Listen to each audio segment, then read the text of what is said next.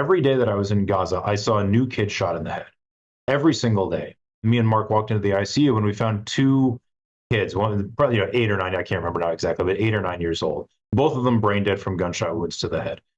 I didn't. I was the nurse just pointed to her head and said shot, shot. She didn't speak English very well. They were probably injured in an explosion. But then I looked at them and there was nothing else wrong with them. It was just bandages on their head. So I pulled up their CT scans, and yeah, sure enough, it's hard to confirm everything 100%. But based on the scan, it certainly looked like they had been shot.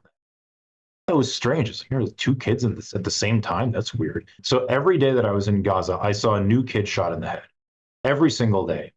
Um, and you got to remember another thing. I'm not the one they even call about kids who've been shot in the head. I found them in the ICU, so I actually only saw the ones that made it to the hospital and were actually intubated, and meaning putting a breathing tube down their throat, and then sent to the ICU. The ones that came in shot in the head and dead, I never even would have found out about unless I happened. So this is every day over a 2 week period you're Yes, seeing. every day over a 2 week period.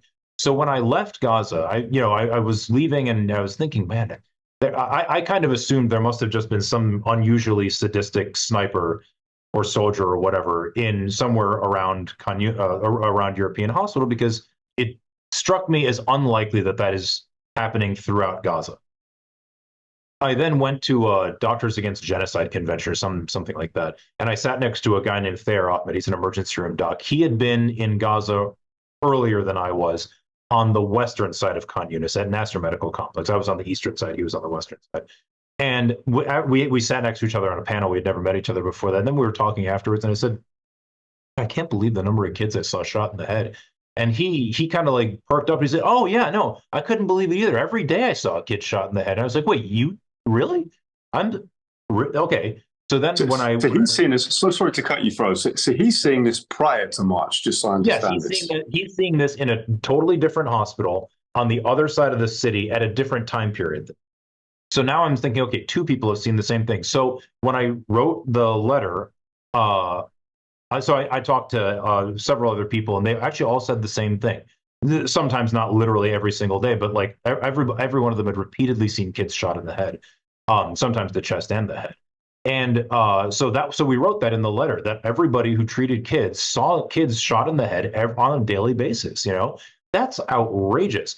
The Israeli army is not full of a bunch of idiots. That it's not some it's not some disorganized band of nutcases running around.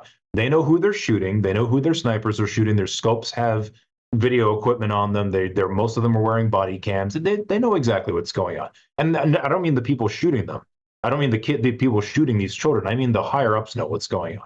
They're well aware. It's being, at the very least, tolerated, which means it. And so if you tolerate something for 11 months, there's no different from that in making policy, right? It's the same Right. thing. So Yeah. there's no credible scenario where you can say this is accidental anymore.